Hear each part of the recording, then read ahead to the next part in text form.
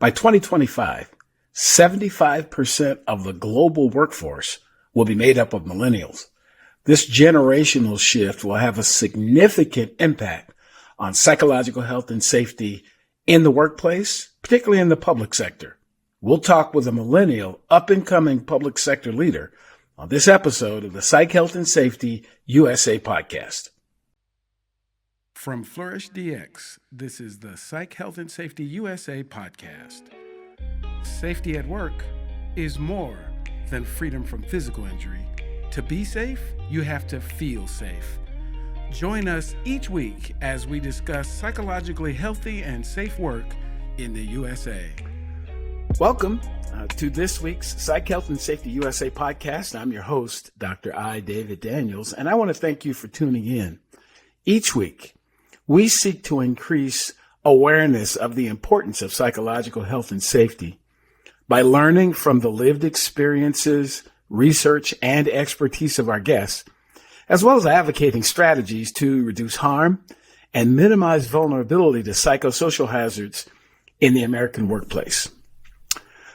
The data suggests that 56 million people identified as millennials are in the workforce in the United States today. Roughly 35% of the total workforce would fall into that category based on birth of millennials. This is the largest portion of the workforce, followed by Gen Xers at 53 million and 41 million baby boomers. While they're not monolithic, I don't want to suggest that any group simply by their birth is monolithic. Engaging millennials in the workplace works a little bit better when you kind of understand where they are as a group and where they actually want to go, because where millennials want to go, where Gen Xers want to go, where Gen Zers want to go is different than where we've been. Not good or bad, but it's certainly different. And ultimately, a lot of the workforce today is overseen, if you will, or was constructed by baby boomers and others. I think the Gen Xers got a little bit of influence, but baby boomers have had a significant influence on how we do things, and things are changing. And in my view, they're changing for good reason. So today, my guest is, we're just talking a little bit before I push the record button, is actually on the elder side of the millennial generation. So has a little bit of that kind of elder statesman, but he's now elder statesman to me. This young leader has some very, in my view, very unique approaches to leadership in general, and some things that I really think need to be said and I think really need to be heard. So I've asked him to come on and let's have some chat about how we can make, again, the workplace, again, an emotionally and psychologically safer place by just simply looking at leadership a little bit differently. So we're going to dive into the conversation with the question that I start off with. And in this case, the question is, who is Marques Bush? So Marques Bush is a self-proclaimed X-Millennial. So I appreciate us, having that conversation or you stating that. I was at least a decade in when the millennial term came around. And the reason that I have termed myself, and I know that it is a viable term that folks actually use today, but I actually carry that flag because I feel like the folks, I was born in 81. So, and those folks born either in 80 or 81 and through that time, we came up through the technology age, which millennials are all in, but we were kind of on the front end of that technology and just young enough to really begin to embrace it, and make it a part of our lives, to a point that I think some of us suffer today because, we were so entrenched in it that, we have taught millennials to overindulge or to over rely, on technology and not have a balance, the way that the balance should happen. We were so excited about the technology. We didn't appreciate life kind of as it was, and we didn't see the balance. The pendulum swung way to the other side. I was having a great conversation with my wife the other day, and I said, I didn't appreciate censorship until I see what my children go through now. Mm. And so there's a piece of me that people would think I'm crazy, but I do appreciate censorship now, because now my children are overexposed to things that they should not. They are now having traumatic responses and developing somewhat of like a PTSD almost, because they're seeing things at an age that they don't know how to process on their own. But society tells them that they should process it on their own and just move forward. So it is my belief that the reason that we're seeing an increase in suicides is because everything suggests that they should just move on. Or you keep it to yourself and you just deal with it. And if you don't, you're weak. And it's just, so it causes a different subset of problems. So Marques Bush is a husband. I'm a father of 3, 13, 9, and 7. Full-time soccer player year round is my oldest. My middle does multiple sports. If it has ball in it, he's in. And my daughter, the real boss, when mommy says she can be, is a competitive USA gymnastics gymnast at 7 years old.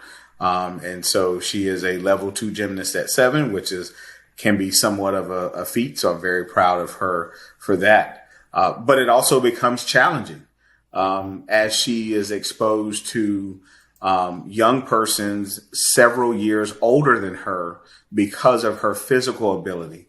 And I do get concerned that her mental ability to process some of the conversations that happen with 10 or 11-year-olds. I think we have to respect what age group really means. A 7-year-old participating in a 10-year-old conversation is not necessarily a good place for that 7-year-old to be. And that's just my opinion. Sure. But that's Marques Bush. I'm a deputy chief. I've been in the fire service for 26 years. I currently serve as the operations chief for the Lynchburg Fire Department. But the reason I say and I'm very proud to do that. But what matters most to me is at the end of my life that my wife says that I was a good husband and my kids say that I was a good father, because that is my strongest circle of influence. So that's why I don't categorize myself by the fire service. I enjoy it. It's a part of my life, but it's not what defines me. Absolutely. So, wow. Oh boy, so many roads to go down, and we will certainly travel down a few of them in the time that we have. But tell me a little bit about your thoughts regarding the concept of psychological health and safety. What is that? When you hear that, what does that mean to you? So at first, I thought it was a fancy term. I'll be honest. I thought it was a fancy term, and I thought, somebody's trying to sell degrees or trying to sell books or something like that. Human nature, you either see the glass half full or you see it half empty. I don't know how I saw it other than great. Here we go with another term. And then I really realized how important it really was and how the psychological safety and psychological hazards and identifying them were very critical. And I think that's where, honestly, we fail the children of today, because children haven't changed. It's the adults. Mm. And the more I parent, the more I realize that it is not, the children have not changed. Children have always been, I'm looking for the term. Curious? Well, not only curious, but children have, semantics is a big thing with children. What you say is truly when they take things to heart. And I'm looking for the word for that when children take, when a person takes things to heart. And Literal? So, literal, yeah. Yes. Thank you. I was Yeah. searching for it. So children are very literal, and I want to share a very personal experience that relates to psychosocial hazards in school and in the workplace. So my 9-year-old son, Keegan, had an interesting first few months with his new teacher when the school year started. His teacher is a very communal teacher, meaning that he refers to his students as everybody as friends, and the classroom is a community. Well, again, children are literal and words matter. And semantics is a very big thing with children. I got a note one day, my wife and I received a call saying that our son Keegan was sent to the office. And so I'm going, well, he's not really one of those kids. He does have ADD, HDD, and SPD, but he's still not. And we have all of his 504 plans, and we send him to occupational and regular, therapy to be able to work to make him a good human and face any challenges. But he was sent to the office, and so I was very inquisitive as to why. His teacher accused him of theft, and I said, well, every parent knows their child. And in my house, my wife, Katie, and I are very honest about who our children are and the things that they do and their behaviors. We do not live under a false lens that our children are just these perfect little angels. But it was very intriguing to us to see that he was accused of theft. So as we talked to the teacher said, well, he took something off of my desk, and he told me he didn't have it, but he really did have it. So I said, okay. I mean, I get it. That does, I guess, meet a definition of theft. And the reason I say I guess is because knowing my child, and I'll speed the story up. We met with the principal, and the principal was not aware of exactly how the situation went down. So as the principal heard the teacher speak, he went, Keegan didn't steal from you. He was playing. Like that's like, if Keegan, this is the principal speaking to the teacher. He's like, if you've paid attention to him over the last several months, that's Keegan. He was playing a game. He absolutely, it wasn't. That's why he gave it back to you. And he was just kidding. And so the principal seemed not the principal, but the teacher seemed a little miffed. And I stopped the teacher and I said, I need you to understand something. Kids are literal and semantics matter. You've called my child your friend since he's walked in the door. He can play with his friends. He can take things off his friend's desk. He can trick his friends. You did not establish yourself as a positive authority figure. You established yourself as his friend. He plays jokes on his friends, and I said, so what I need you to do is I need you to be his teacher and be respectful and be friendly. I said, what he encounters at his home is I'm his father. I'm not his friend. And I'll never be his friend, actually. I am one of his guides through life. Our relationship will get friendlier the older he gets and stops asking me for money and living in my house. It'll get friendlier. But I don't care if he's 60 years old. I'll never be his friend. I'm his father. That's the role that I play. And I'm always there to guide him and help him and nurture him in whatever way that I need. And he kind of looked at me and I said, do you understand why police officers don't command the respect that they do? Because the last 20 years, as a part of community policing, the police officer is your friend. No, he's friendly. He or she is friendly. But they are an authority figure set to keep peace and enforce rules when people step outside of those rules. And so I believe that in society, we've made so many things optional until it gets clouded. And everybody believes there's a gray area. No, there's not a lot of gray area in a lot of things. We're just unwilling in today's society to accept what is and what isn't. Mm.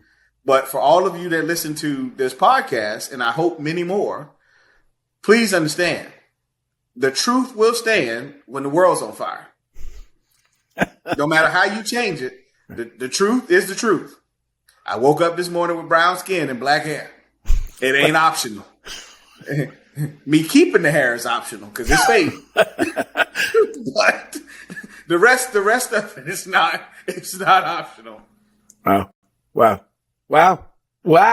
Okay. Interesting story. Actually, experience that you've shared in a storytelling kind of lens, because it makes me think that what you just described has implications in the workplace as well. Oh yes. So yeah. Let me walk down there. I'm ready. So now we get an 18-year-old or a millennial that struggles with authority when, the non-negotiables are clearly there.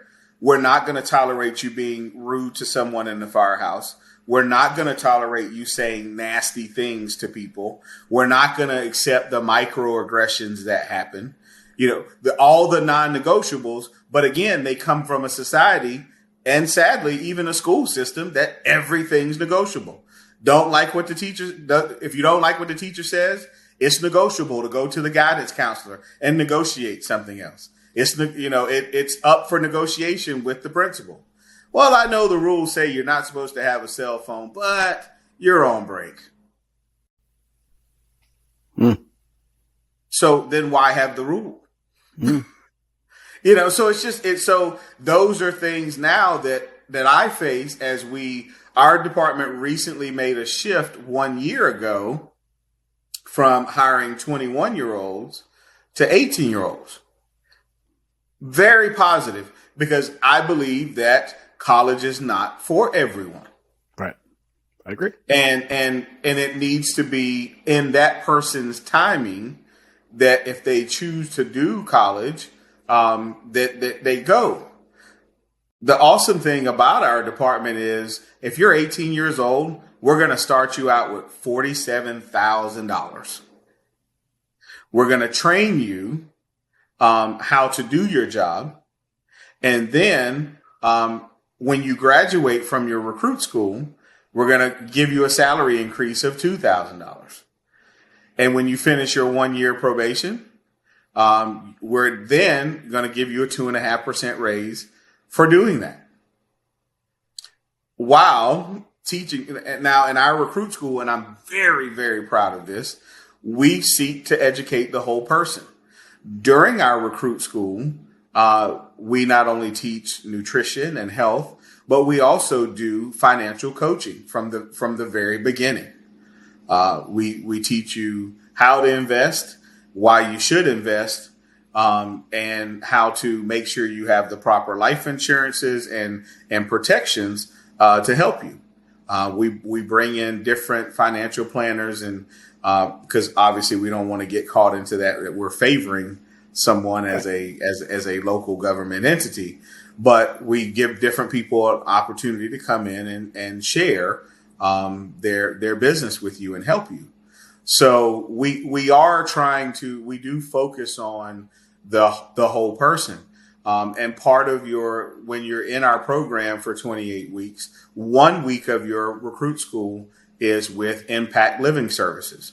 And what Impact Living Services is, it's a mental health organization that is specifically geared towards first responders and mental health, and helping you understand how mental health really affects you, and also teaching you what our peer support team does, because we have an internal peer support team, and we basically spend the week with the folks, giving them kind of their first counseling session, and letting them kind of easing them into therapy so that they understand that it's okay. It's not taboo.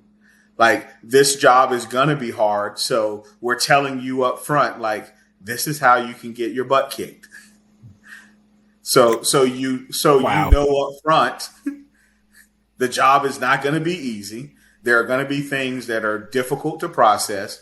And here's 2 different services that we use to help you process that when life gets hard, or even if you feel life is becoming hard.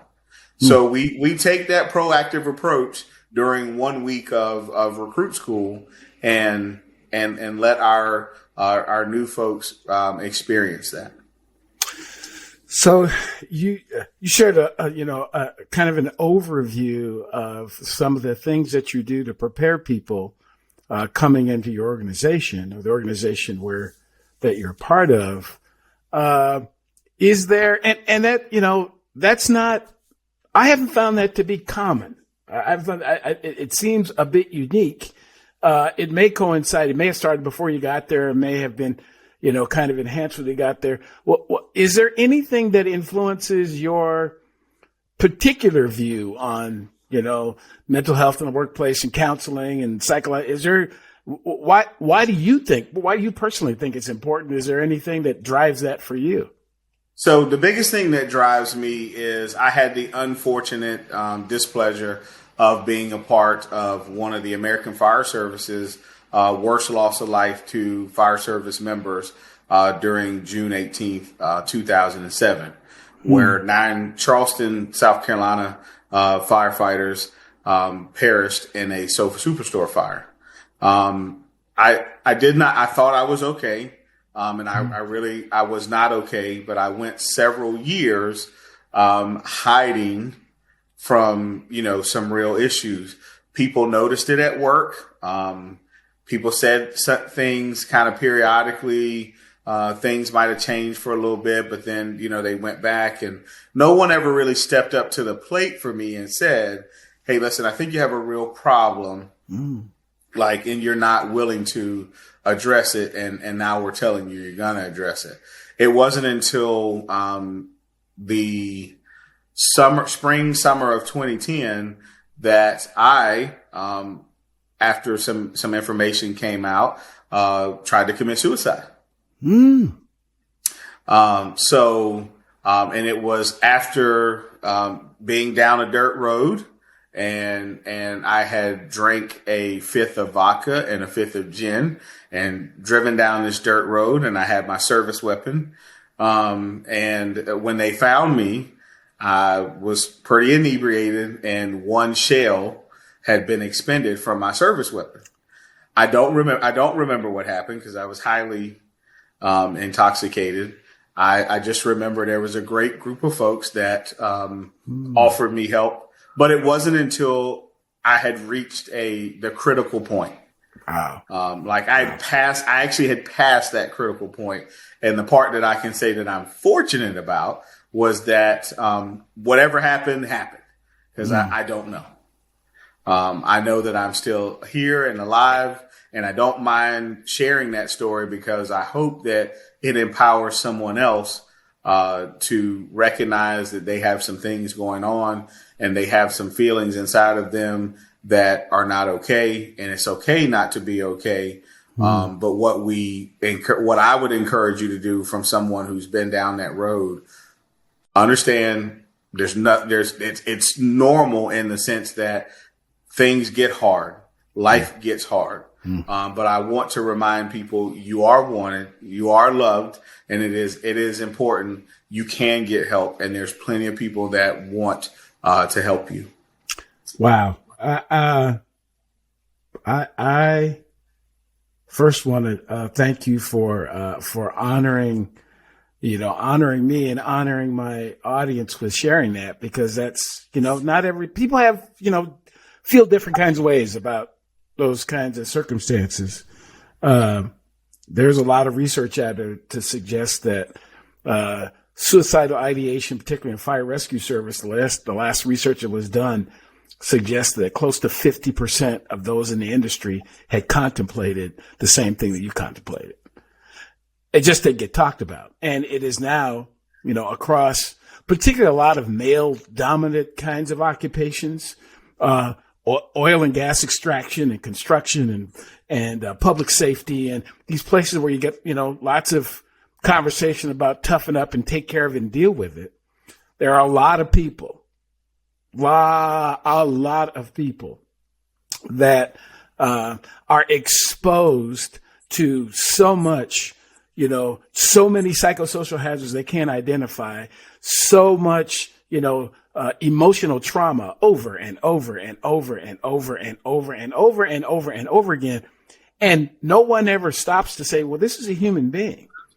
This is a human being, and this human being has reactions and feelings and all those and there's going to be a reaction to this, and it builds up and it gets so tall, and then someday you find yourself at the end of a dirt road with your service revolver inebriated. That's absolutely, that's what happens. And but perhaps even someone who is who's kind of stumbled across listening to to these two dudes talk, your story gives them hope that it doesn't have to be, or they know somebody who's starting to show those signs. And I think it's really important that you mention that this is part of the driver as to why you think it's important for others, because the system, I want to believe that the people that were around you at the time, most of them cared. They probably did. I think most probably did. But many we still of them talk today. Yes, they didn't have the tools and they didn't have the systems to really do anything about it because they were struggling with the same thing, or worse in some cases. Yeah, it is extremely important to me that people understand what true safe spaces really are, and it is providing a space in your workplace or even in your home where somebody can say, my children can say to me, no, in the sense that maybe they don't understand what I'm asking. Right. And they wholeheartedly have the right, if it's illegal, unsafe, or immoral. I hope that I've built enough up in them to challenge me. Maybe I'm out of my mind. And hopefully they challenge me. Same thing that I would encourage anybody in any workplace that you work in. It is never okay for anybody, not a coworker, not a supervisor or whatever, to ask you to do anything that is illegal, unsafe, or immoral. If that is the core values that they operate within, no matter how bad you need a job, you don't need a job there. Wow. Yes. Do not compromise yourself, your character, who you are, what you are, and what you want to be for no instance. And I would say create a safe space that if a person realizes that they no longer have the same core values as the organization or entity that they're working for, that they have the courage to walk away. And you be supportive of it. Right. And say, hey, if your values have changed, I will help you. I will do my best to help you find an organization or an entity that meets you. Hi listeners, Jason here. We hope you're enjoying this latest podcast episode. Now, if you're like Joelle, Alicia and myself and enjoy learning from the best, then the Flourish DX Academy is for you. The Academy includes free e-learning courses on the ISO 45003 standard for psychological health and safety at work, and associated topics such as how to conduct a psychosocial risk assessment and how to create the business case for psych health and safety. All courses feature high-quality videos, downloadable resources, multi-choice questions, and a downloadable training certificate on completion. Take your learning to the next level with all Flourish DX Academy courses included within the Flourish DX mobile app. Select podcast episodes from the Psych Health and Safety podcast and sister podcasts from Canada and the USA are also included.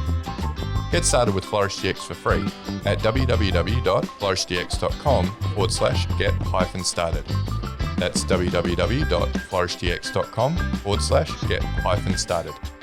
Now back to this episode. Yeah, I say it, and it comes across all kinds of ways to people, but I think sometimes the best thing that we can do is to help people be successful doing something else or doing the same thing somewhere else. And that That is not failure to me. That is, what would it be like if instead of employers, and these are public sector, private sector, just employers, small, big business, we have these people that as soon as there's the misalignment between the values of the organization and the values of the person, we look at the person. Oh, right. They're the problem, blah, blah, blah. We need to do something then, blah, blah, blah, blah, blah, blah, blah, blah, blah. And the things that we say we want to do tend to be punitive in nature.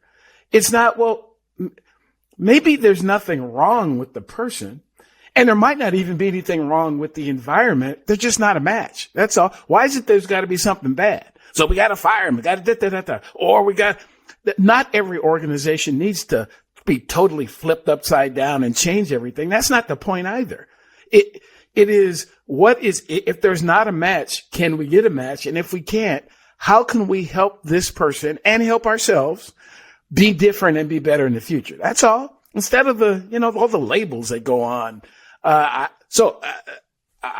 don't know that, and frankly, I'm at the stage in my life, I don't really, it doesn't bother me that much if folks don't agree with that, but I just think that's a more humane way to interact with each other. That's all. It's just more humane. And so you've been in a couple of organizations, and I think this is now, well, you've been in a few, and now are in a position to be able to create a kind of different environment for people.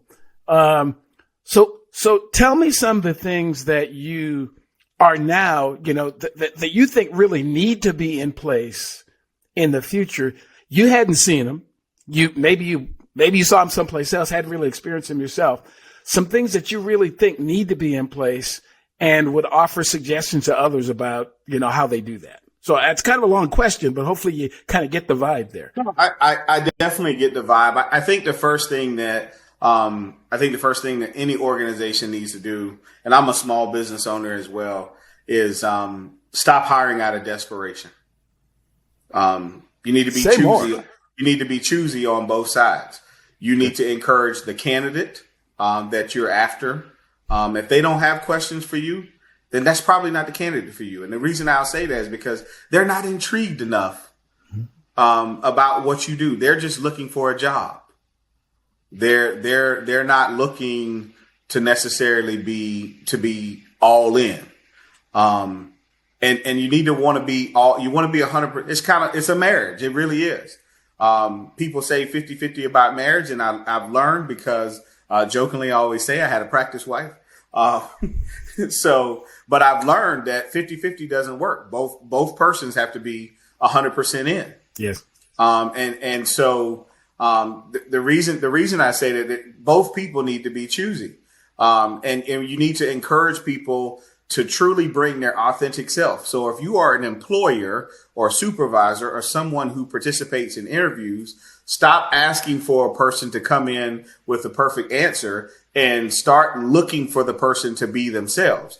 That is the only way that you find whether you're a match or not. If you're an employer, stop take your sign down if it's not, as advertised. Stop telling people that you have this grand location to work in and it doesn't match.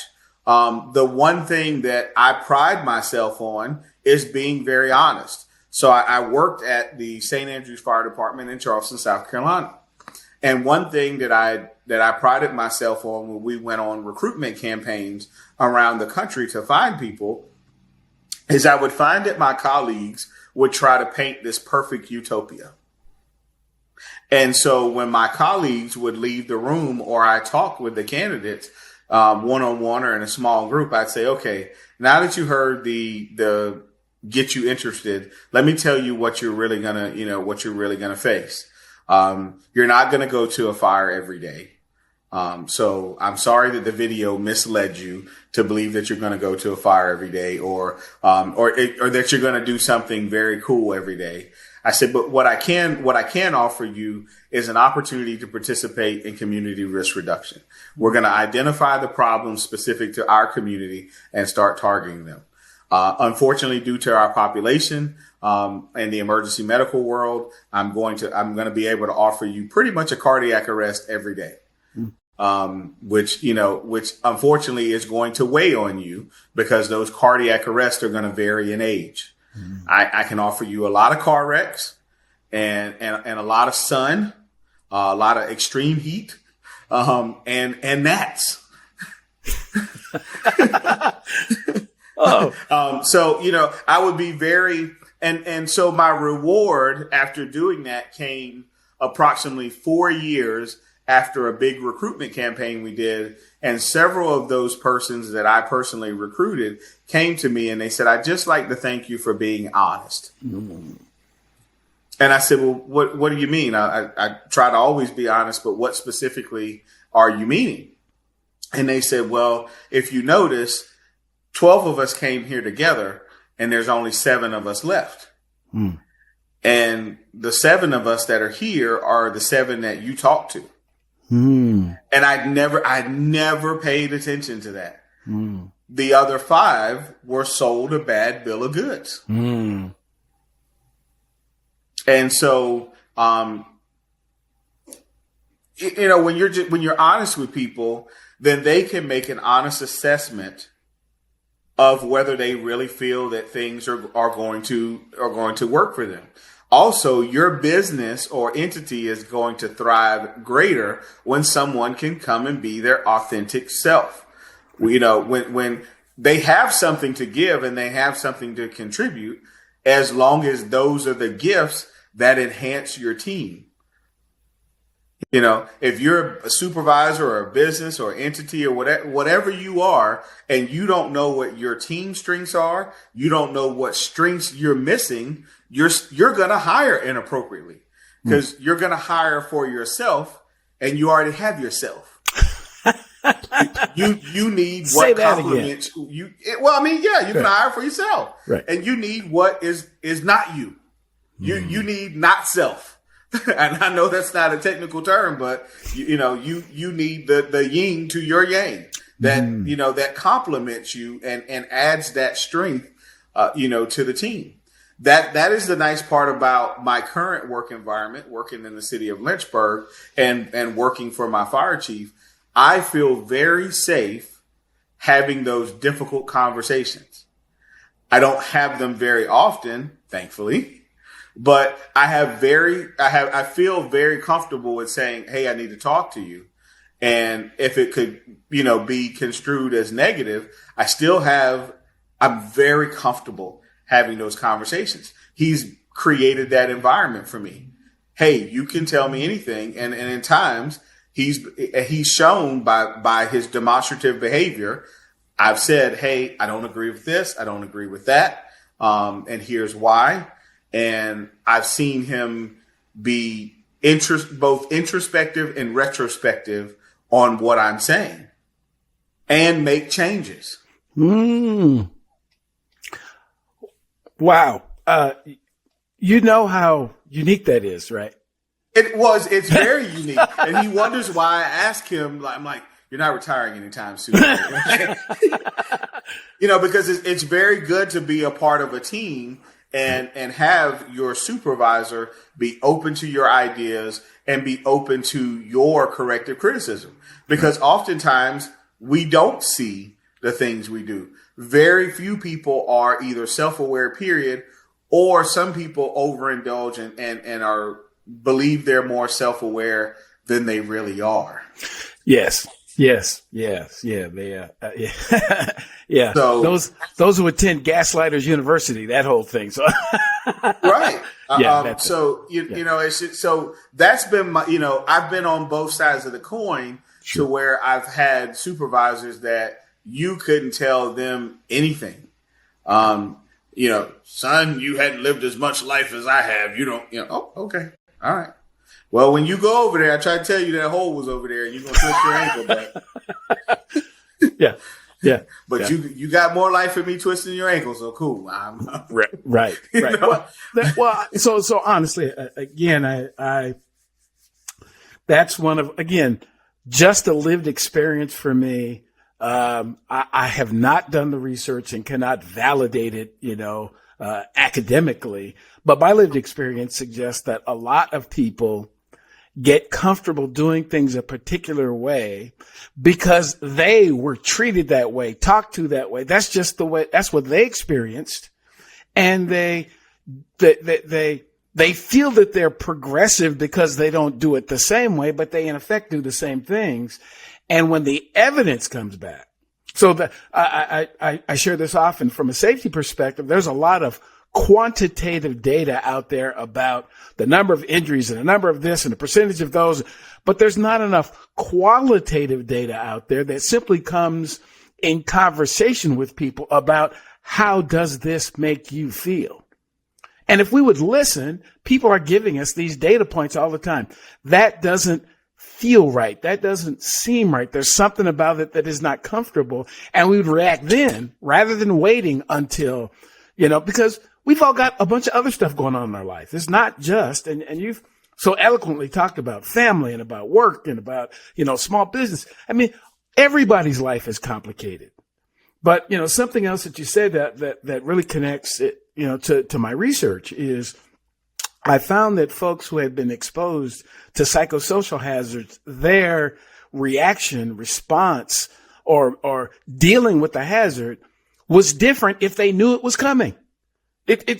I know that's coming, so I can gird myself, I can prepare myself. The ones that were, that was more difficult goes back to your story. Well, they told me this was going to be great. And they told me all this good stuff was going to happen. I was going to be treated well and, that they loved me. We were family.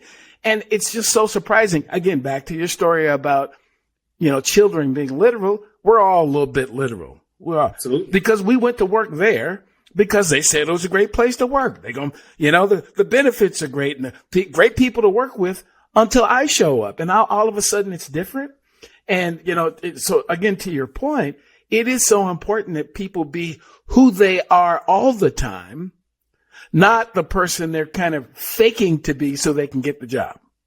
And same thing about the organization. The organization should be honest enough. Well, our lawyers won't let us say it. Well, why don't you change it so you can? Why is it that you have things going on that your lawyers say you can't repeat? Maybe that means you should change some things. Well, yeah, and that's disturbing in itself. I do want to share this, with your listeners. Number one, I told my wife when I went to interview for this job in Lynchburg, I had just left an organization, or actually it was kind of a mutual agreement for me to leave a prior organization. And since you've known me long enough, I'm very honest. I don't want to call out the organization because Sure. some people may take it, to be negative. When I'm just being truthful. But in that organization, there was a lot of gaslighting, where I was told I could be me and I could, this is a safe space to be authentic. And, I want you to bring all of you. I want you to bring your past experiences. I want you to bring this and I want you to bring that. Man, could it not have been further from the truth? It was an absolute lie. When I started being me, I'm a very lively person, but I'm an empath, so I feel people's feelings. I take in people's feelings. Some people don't believe that that's real. It is real. It's a thing. I can absolutely pick up on the energy, in the room. And if I'm not careful, if it's not a good energy, I have to be careful that it doesn't dissuade my energy, in the wrong manner. Fast forward to now. I was told the very truth by my employer, by my supervisor, my boss. He was like, first question I asked him, I said, why are you hiring someone from outside of the organization? His first answer was very honest. He said, well, I would be doing everyone a disservice. He said, I have qualified candidates inside, but I also know my organization needs a change. And he said, we're not doing anything overly bad, but we're not killing it on doing, good. And I'm ready to take us from, he said, we're okay right now. And I'm ready to get us to good. And he said, I'd like us to be great by the time I retire, but at least if we're headed in the direction of great when I retire, that would be fantastic. Then the conversation led into, I said, well, I'm going to let you know up front. I won't, there's a couple non-negotiables for me. And I think people, you have to, if you're somebody who's listening to this and you're looking at making a change, make sure you make a change for the right reason so you can absolutely be you and capitalize on your talents. And also, but when I say be you, know who you really are, in the sense that there are triggers that I have that I've experienced since there are certain things that have kind of put me back on my heels since being in Lynchburg. And I've had to emotionally get out of those things. And if your employer is not one that is demonstrative and showing that they're going to support you when those things happen, instead of labeling you and trying to say, oh, well, this is a problem. And, no, I told you up front who I was going to be. So if you lied to me on the other side and said, now this is a problem, then you lied. I'm as advertised. You provided false advertising. Right. So that's the one thing that's very different for me in my job now is there was truth in advertising. Mm-hmm. I've had some of those struggles and some of those challenges. And when they've come up, my boss, and he doesn't like to be called boss, but, my boss has been very demonstrative in how can I help you? I'm not sure what you need. Can you, are you able to communicate to me what you need? Right. He's very open to, is it something I did or something I said? Cause if it is, I want to correct it and make sure that I don't, that I'm providing the environment. It was a couple weeks ago. And this takes great courage. No, it's 2 months ago. I'm sorry that, my counterpart suggested that, we leave the office early and that we go bowling. And it was very cool, because, it takes a lot for, I commend my boss for saying, you know what, that is a fantastic idea. And we are going to work on relating to each other on a more personal level. And it takes a lot for people to recognize that, if you can connect with a person more personal, that makes you that much more influential. Mm. And so we bowled 2 or 3 games and we laughed and we had a great time, and he bought everybody ice cream and all kinds of stuff. And those things made us feel, very valued. And so folks are like, hey, when's the next one? Because we felt human towards each other. And I think sometimes we forget that at work. We didn't cross the door and stop being human. Mm. And so I think that has been some of the why I'm intrigued by the psychosocial hazard and what it has exposed is that our humanistic side seems to shut off when we cross the threshold of what we do. Mm. And sadly, that's horrible for public safety. I think that's what gets police officers in trouble. They stop being human and they focus on being a cop. Right.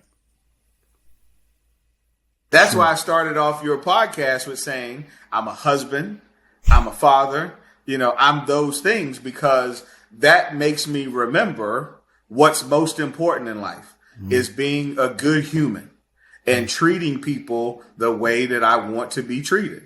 And so when I put that first, and I see that in all of my members of my organization, their most important roles are being, a spouse, or being, if they are married, if they have children, being a parent, or, I see them for who they really are. Mm. Providing emergency service or providing fire services is what they do. Mm. But I focus on who they are. Mm. And I'm very vocal in saying hurting people hurt people. Mm. Mm. So I want to create a space where people feel vulnerable enough and safe enough to say, you know what, mentally, I'm not okay. Mm. Like I do need help, or I do need a break, today. Mm. Like today is just not the day. I've the last few days since I've been off, the load has just gotten heavy, and I need to step away from everything for a moment. And wow. We honor that. I'm very proud in my organization that we honor that. Wow. Our people have personal time. They have personal time that they can take, not PTO, because we're still in a legacy system where my folks have annual leave, and then they have sick leave, but they also have personal leave, and that personal leave is for when they need to step away. And they can say, this is just a personal day. No more questions are asked. Wow. And so I'm very proud of our organization for doing that. I'm going to be honest. Sometimes does that put us at a deficit? Yes.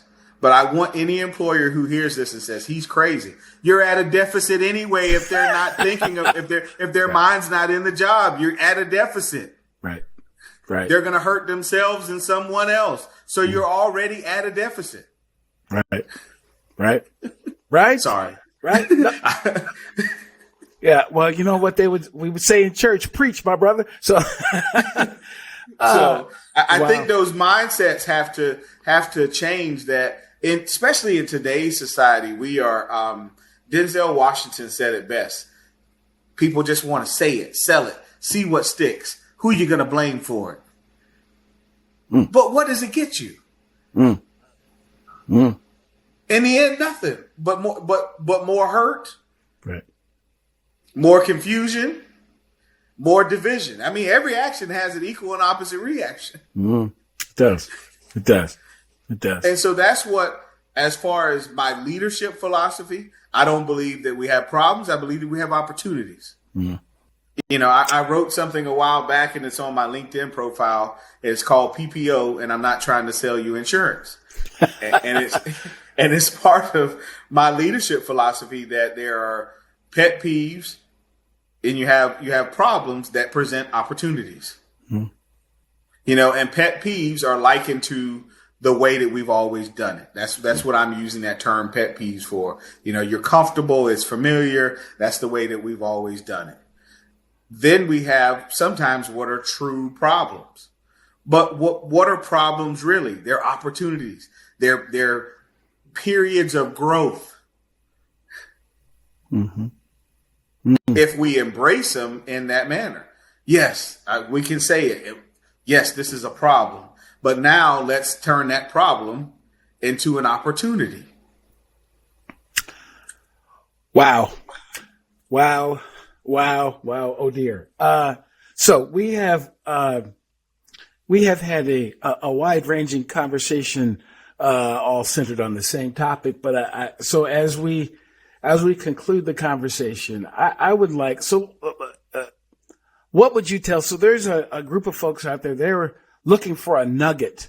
They want to get a little bit of your time as a consultant to help their organization be better in the future. What are a couple of things that you would say to organizations, to people who are listening, people who are in a position to do something different? If you really want to see a more psychologically healthy and safe organization, you should start by... I need you to start by knowing yourself and being honest with yourself. I need you to take advantage of there's several assessments out there, and I can't name them all off, and I'll probably get it wrong if I try. But focus on, if you don't know you can't help anyone else. Help your people to know who they are.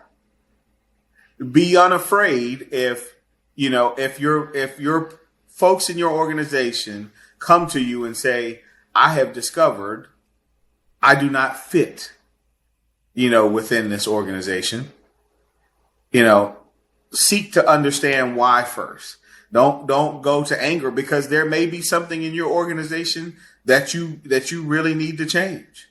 Ask yourself, what is the real cultural environment, that is happening. Work at consistently allowing folks to be authentically them and allow them to see how their me fits into the we. Allow them and provide a space where they can see how the me fits into the we. Me has never been successful, but we can move mountains. Wow. Absolutely. Wow. Well, gotta tell you, sage words from a, from a really innovative human being. I guess got to put that. Trying to think of the words that capture what we've just heard. There are, I think, a lot of folks will benefit from what they've heard over this last little less than an hour. And Marques Bush, I want to thank you for participating and sharing your wealth of knowledge around leadership. So if people wanted to reach out to you and carry on the conversation further, how would they be able to do that? So I can be reached. I prefer my email address. It's Marques, Marques. I'll repeat that, Marques at pivconsulting.com. That's Marques at pivconsulting.com. Absolutely. So if you have,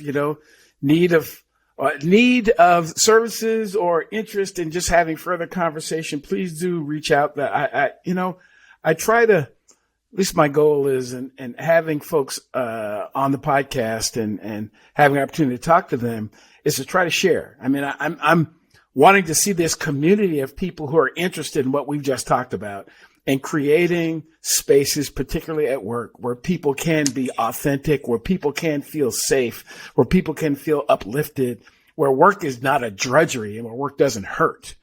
And I think if we've all got our different approaches, and I also think it's important to get folks like you, who are in the public sector, because the public sector really that's a whole nother conversation we'll have for another day about how often the public sector uses a lot of excuses, but they grind through people and kind of mistreat people, in some cases really mistreat people. And ultimately it results in worse service to the very public that the organization says it's trying to serve, because you can't do great for those outside, but you can't do great for those folks who are inside. So so thanks for that. Thanks for what you've shared with us. And for those of you who are following us, glad you're a part of the Psych Health and Safety USA family. Please do try to follow us. You can follow us on LinkedIn. You can follow me personally. David Daniels, on LinkedIn as well. I do have a website you can follow if you're interested. ID2 Solutions is the company that I do some business through every now and then. And also while you're for some of you who are listening to us, if you ever want to see our mugs, so to speak, you can go to the Flourish DX YouTube page and you can actually watch these conversations. And if you do, please like and subscribe, because we'd love to be able to keep you in the know about what's going on. So, but for this episode, that's about it. Again, thank you so much. Marques Bush, appreciate your time, your energy, and the conversation that we've been able to share. And for those of you who have been tuning in with us, please do check in next week for our next episode of the Psych Health and Safety USA podcast. Thanks very much. We'll see you next time. You've been listening to the Psych Health and Safety USA podcast. To stay up to date with the best content on workplace mental health in America, subscribe wherever you listen to podcasts, and join the Flourish DX community at www.flourishdx.com.